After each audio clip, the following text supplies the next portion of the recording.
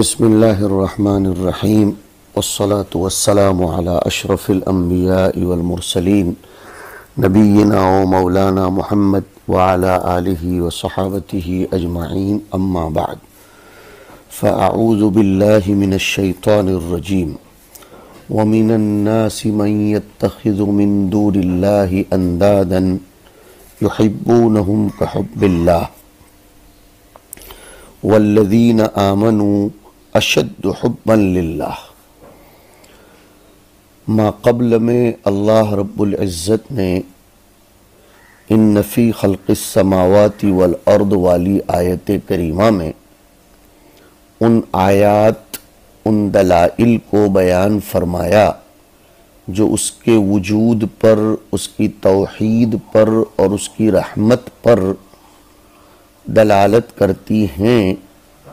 تو اب یہاں بتلایا یہ جا رہا ہے کہ جب وہ اپنے وجود میں، اپنی رحمت میں اور توحید میں کامل ہے تو مخلوق کے لیے ضروری ہے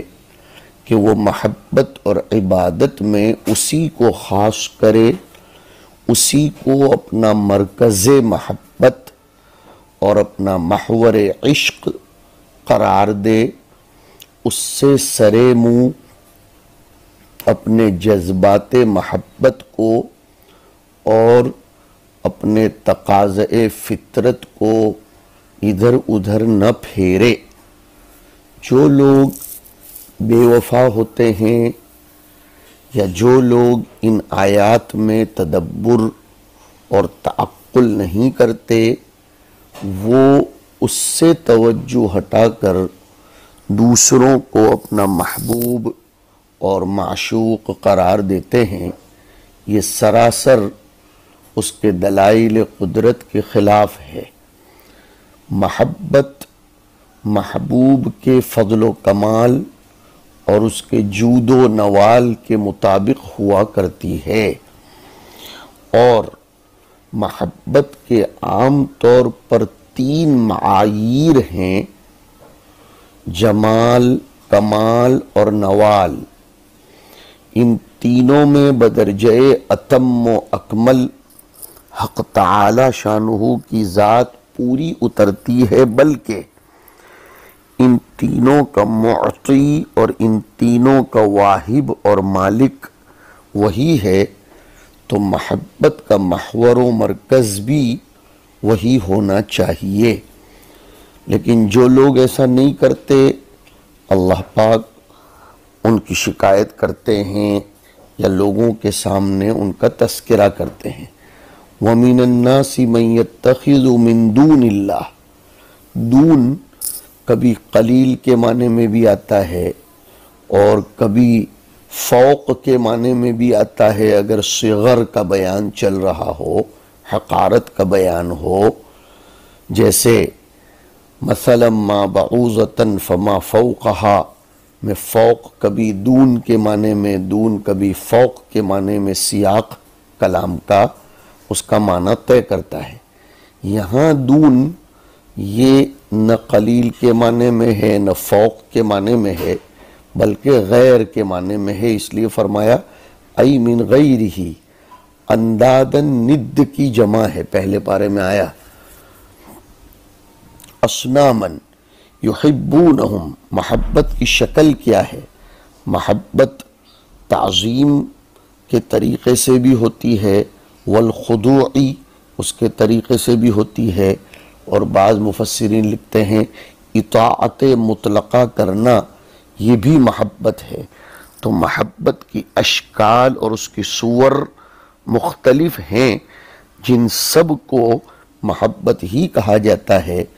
تو تعظیم ہو، خضوع ہو، اطاعت مطلقہ، یہ سب محبت ہے۔ کحب اللہ ای کحبہم للہ لہو۔ لوگوں میں سے بہت سے ایسے ہیں، لوگوں میں سے بہت سے ایسے ہیں، کچھ لوگ ایسے ہیں جو اللہ کے علاوہ معبود اختیار کرتے ہیں اور پھر ان معبودوں سے ایسی محبت کرتے ہیں جیسے انہیں اللہ سے محبت کرنی چاہیے۔ معبودوں سے محبت کرنے کی شکل ابھی بتلایا، یعنی ان محبت کے مظاہر یہ ہے کہ وہ ان معبودوں کی تعظیم کرتے ہیں، اور تعظیم محبت کی بنیاد پر ہی ہوتی ہے، نیز ان معبودوں کے سامنے خضوع کرتے ہیں، خشوع کرتے ہیں، اور ان کی اطاعت مطلقہ کرتے ہیں، جیسے اتخذوا احبارہم ورہبانہم اربابا من دون اللہ والمسیح ابن مریم کی تفسیر میں خود حضور اکرم صلی اللہ علیہ وسلم سے وارد ہے کہ اتخاذ بشکل رب، اس کی تفسیر یہ ہوگی کہ وہ جس کو حلال قرار دیں اسے حلال سمجھنا، وہ جنہیں حرام قرار دیں انہیں حرام سمجھنا، یہ بھی اتخاذ ارباب میں داخل و شامل ہے۔ تو وہ ان کی محبت کرتے ہیں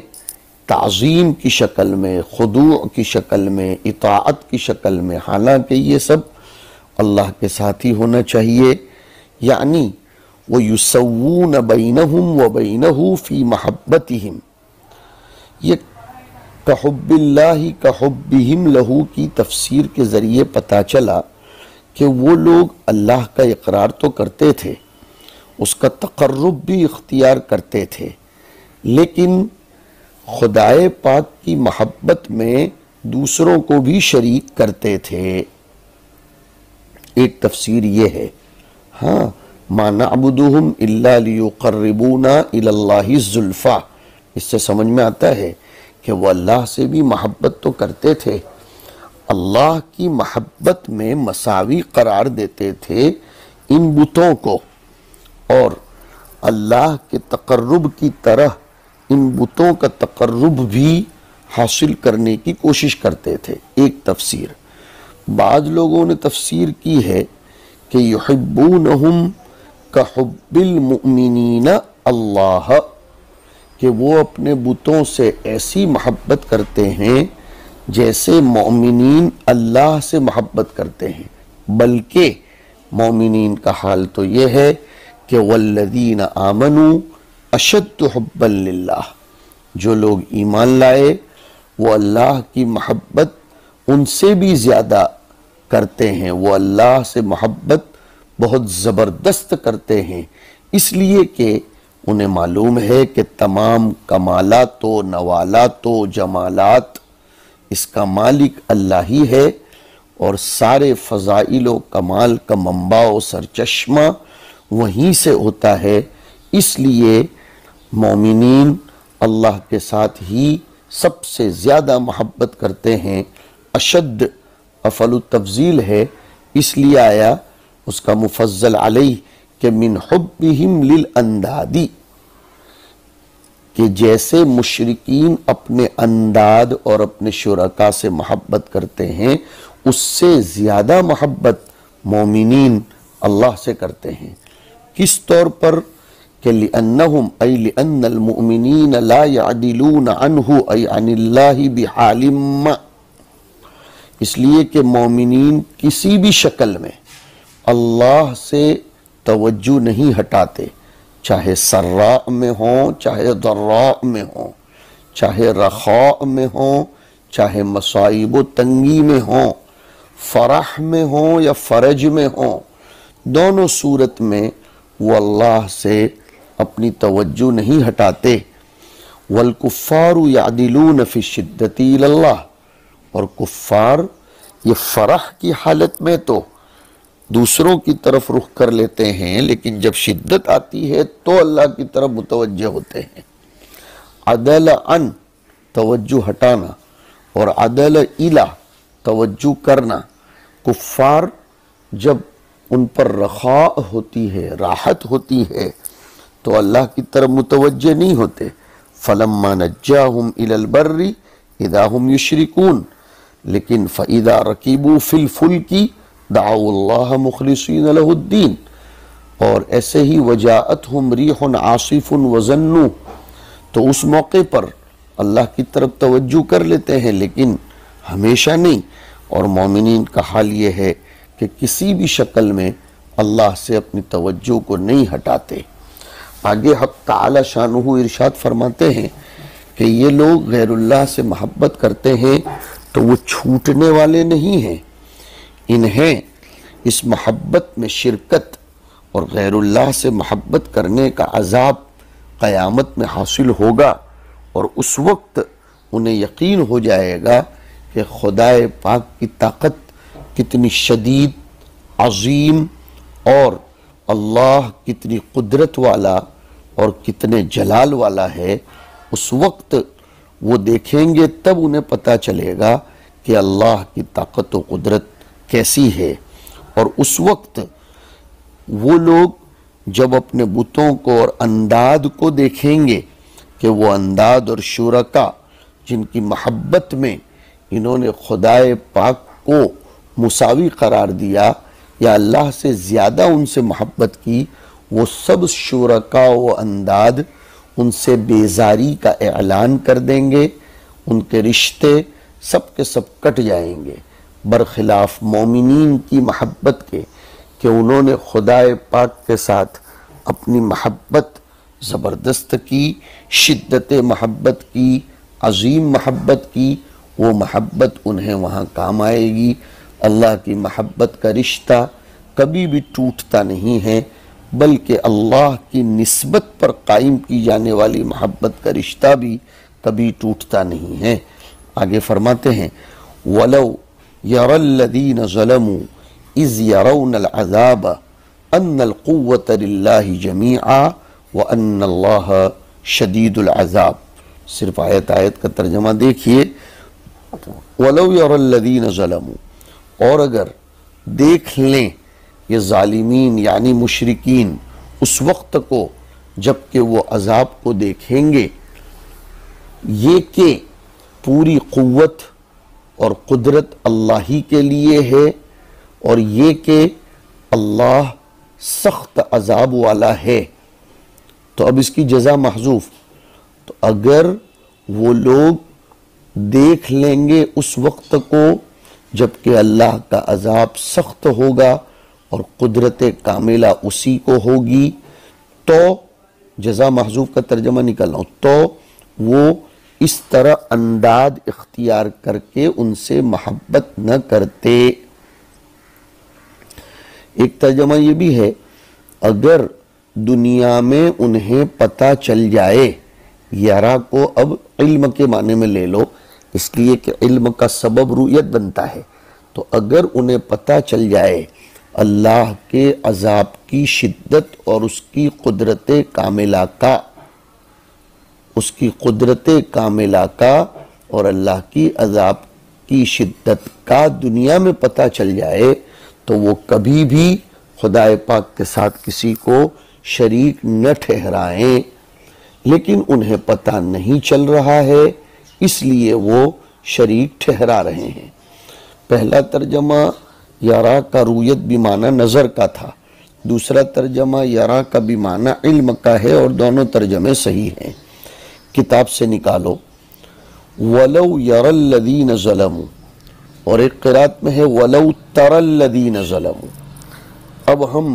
پہلے وَلَوْ تَرَى الَّذِينَ ظَلَمُوا کا ترجمہ کرتے ہیں۔ اے مخاطب، اے محمد یعنی اے مخاطب، حضور کے واسطے سے پوری دنیا کو خطاب ہے۔ اے مخاطب، اگر تم دیکھ لو ظالموں کی اس حالت کو کہ جب وہ عذاب کو اور قدرت کاملہ کو دیکھیں گے، تو پھر اب جزا محذوف یہ نکلے گی کہ وہ حالت بڑی خطرناک ہوگی۔ بلاغت میں آپ نے پڑھا ہے کہ جزا اگر امر فظیع پر، امر شدید پر مشتمل ہو، یا جزا میں کوئی خطرناک امر بتایا جانا مقصود ہو، تو اس کو حذف کر دیا جاتا ہے، اور یہی اہل عرب کا طریقہ ہے، اس لیے کہ محذوف شے یہ رعب اور اثر زیادہ ڈالتی ہے بنسبت اس کے کہ جزا کی صراحت و وضاحت کر دی جائے تو وہ سزا متعین طور پر سامع کے کانوں میں پڑھ کر اس کو پھر مطمئن کر دیتی ہے کہ یہی سزا ملے گی، اس سے زیادہ اور کیا ہوگا۔ لیکن جب جزا کو حذف کر دیا جائے اور بتایا جائے کہ اگر تم نے ایسا کیا تو دیکھ لینا، دیکھ لینا یعنی کیا، اس کو حذف کر دیا تو اب مخاطب اسی میں شش و پنج میں پڑا رہتا ہے اور اس پر زبردست قسم کا اثر پڑتا ہے۔ وَلَوْ تَرَى، پہلا ترجمہ کر رہے ہیں کتاب میں، دیکھیے تبصر یا محمد، پتہ چلا کہ ترا یہ ابصار کے معنی میں ہے، اور بین السطور والے نے لکھی ہے وہ بات جو میں نے ذکر کی کہ وَلَوْ تُبْصِرْ كُلَّ مخاطب، یا یعنی ہر مخاطب کو یہ امر ہے، اگر تم دیکھ لو الذین ظلموا، یہاں ظلموا سیاق آیات شان نزول کے اعتبار سے بمعنی شرک ہے، ان الشرک لظلم عظیم، ان لوگوں کو جنہوں نے ظلم کیا، ظلم کی شکل باتخاذ الانداد، اس لیے باتخاذ الانداد نکالا ظلم کی شکل بیان کرنے کے لیے مفہوم آیات کی بنیاد پر کہ اگر تم دیکھ لو ان لوگوں کو جنہوں نے ظلم کیا شرکا طے کر کے، شرک کر کے، اذ یرون اور اذ یرون، جبکہ وہ عذاب کو دیکھیں گے یا جب ان کو عذاب دکھایا جائے گا، بالبناء للفاعل یعنی فعل معروف، والمفعول یعنی فعل مجہول، یرون یرون، یبصرون اور یبصرون العذاب، جزا محذوف نکال دی کہ لرأیت امرا عظیما، اگر آپ ان مشرکین کو دیکھ لو اس وقت جبکہ انہیں عذاب دکھایا جائے گا تو آپ ایک بہت بڑے امر کو، فظیع امر کو دیکھیں گے۔ وَإِذْ بِمَعنَى اِذَا، اِذْ يَرَوْنَ الْعَذَابَ میں اِذْ اِذَا ظرفیہ کے معنی میں ہے۔ کیوں لَرَأَيْتَ أَمْرًا عَظِيمًا، اگر آپ اس وقت کو دیکھ لو جبکہ وہ عذاب دیکھیں گے تو بڑا خطرناک معاملہ ہوگا، کیوں؟ لِأَنَّ، پتہ چلا کہ ان پڑھا ہی گیا ہے اس لیے کہ وہ معمول بن رہا ہے لام تعلیل کا، جواب محذوف کی تعلیل ہے۔ کون سا جواب محذوف؟ لَرَأَيْتَ أَمْرًا عَظِيمًا کی، تو کیوں تم کو اس وقت بہت خطرناک معاملہ نظر آئے گا؟ اس لیے کہ لِأَنَّ الْقُوَّةَ لِلَّهِ جَمِيعًا، اس وقت قوت، قدرت، غلبہ سب کا سب اللہ ہی کا ہوگا۔ لمن الملک اليوم للہ الواحد القہار، اس لیے وہ معاملہ بڑا خطرناک ہوگا۔ لأن القوت، القدرت والغلبت للہ جمیعا، جمیعا منصوب ہے حال، وان اللہ شدید العذاب، اور بے شک اللہ بہت سخت عذاب والے ہیں۔ جمیعاً حال ہے اس ضمیر سے جو جار مجرور میں پوشیدہ ہے، جو خبر بن رہی ہے۔ تقدیر عبارت یوں ہوگی ان القوت کائنۃ للہ جمیعا، یہ علت ہو گئی لرأیت امرا عظیما کی۔ وفی قراءۃ یرا بالتحتانیۃ، یہ سب تقریر تو تب تھی کتاب والی جب ولو ترا سے مراد مخاطب لیا جائے اور الذین ظلموا یہ اس کا مفعول بھی بن جائے گا، لیکن اگر ولو یرا پڑھتے ہو تحتانیہ یعنی یرا، والفاعل فیہ، تو اب یرا کا فاعل کون؟ قیل ضمیر السامعی، ایک قول، وقیل الذین ظلموا، سمجھئے ذرا دھیان سے، ولو یرا، اگر کوئی بھی مخاطب دیکھ لے ظالموں کو اس وقت جبکہ انہیں عذاب دکھایا جائے گا، یا تو پھر الذین ظلموا کو خود اس کا فاعل بناؤ کہ ظالمین دیکھ لیں اپنی اس حالت کو جبکہ عذاب انہیں دکھایا جائے گا۔ تو اگر یہ معنی لیتے ہیں تو فہیہ، ہیہ یعنی رویت، بمعنی یعلم، یہ یعلم کے معنی میں ہوگا، اور یعلم کے معنی میں ہوگا تو علیم افعال قلوب میں سے ہے، اور افعال قلوب کو دو مفعول کی ضرورت پڑتی ہے، اس لیے کہتے ہیں کہ ولو یرا فعل اور الذین ظلموا اس کا فاعل، تو اب اس کا مفعول کہاں گیا؟ کہا وَأَنَّ وَمَا بَعْدَهَا سد مسد المفعولین کہ ان اور اس کا ما بعد چونکہ پورا جملہ ہے اس لیے وہ دو مفعول کے قائم مقام ہے۔ ذرا عفواً دوبارہ اس کو سمجھیے کہ اگر لو یرا کا فاعل الذین ظلموا کو قرار دیا جائے تو اب اس کو دو مفعول کی ضرورت ہے۔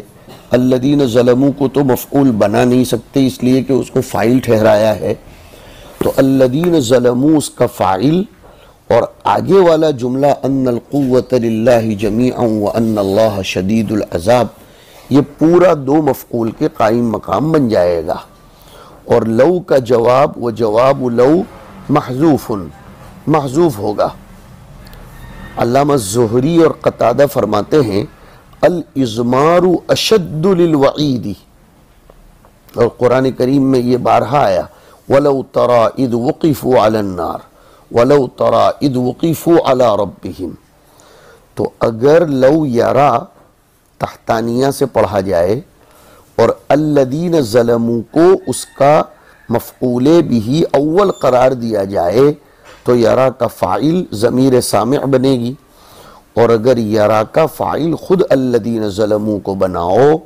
تو پھر ان القوۃ للہ جمیعا وان اللہ شدید العذاب کو پورے جملے کو دو مفعول کے قائم مقام قرار دیا جائے گا۔ والمعنی، اور مطلب یہ ہوگا کہ لو علموا، ابھی تو پڑھا تھا کہ یرا بمعنی یعلموا، لو علموا فی الدنیا یعنی الذین ظلموا اس کا فاعل بن گیا، ہم کی ضمیر اسی کو لو علموا میں نکالا، اب اس کے دونوں مفعول قرار دیے تھے نا،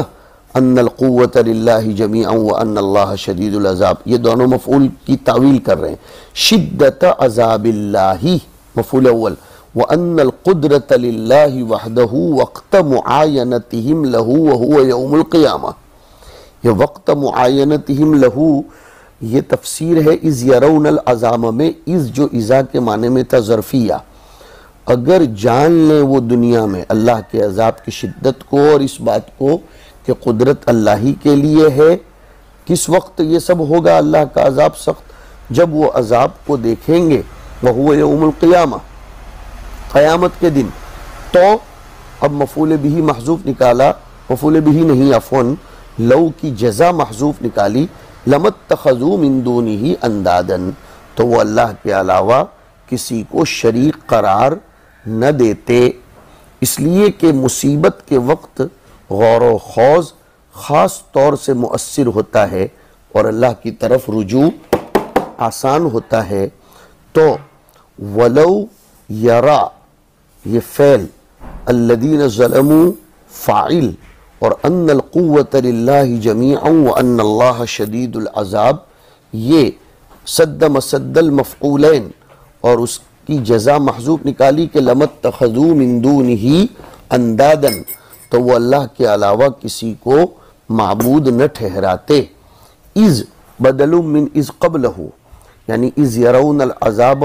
کی تفصیل، استبرأ الذین اتبعوا، اس وقت یعنی اس وقت جبکہ ان کے متبعین، ان کے پیشوا بیزار ہو جائیں گے، الذین اتبعوا ای الرؤساء، ان کے پیرووں سے بیزار ہو جائیں گے، یعنی انکروا اضلالہم، وہ مکر جائیں گے کہ ہم نے ان کو برباد نہیں کیا تھا۔ ورأوا العذاب، واو حالیہ ہے فعل ماضی پر اس لیے قد نکالا، درا حالے کہ وہ عذاب دیکھیں گے، ایک طرف بیزار بھی ہوں گے ان کے پیروکاروں سے، ان کے پیشوا، یہ بیزاری خود ایک عذاب، اور اللہ کا عذاب بھی سامنے نظر آئے گا۔ اور تیسرا وَتَقَطَّعَتْ عطف علی تبرأ،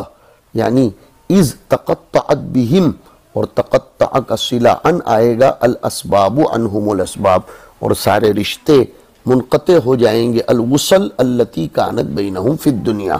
وہ سب رشتے جو ان کے درمیان دنیا میں تھے، من الارحام والمودتی، رشتہ داریاں، محبت، سب کے سب۔ تو اہل مکہ، اہل کوفہ اور ابو عمرو یہ آیے تحتانیہ سے پڑھتے ہیں، اس صورت میں معنی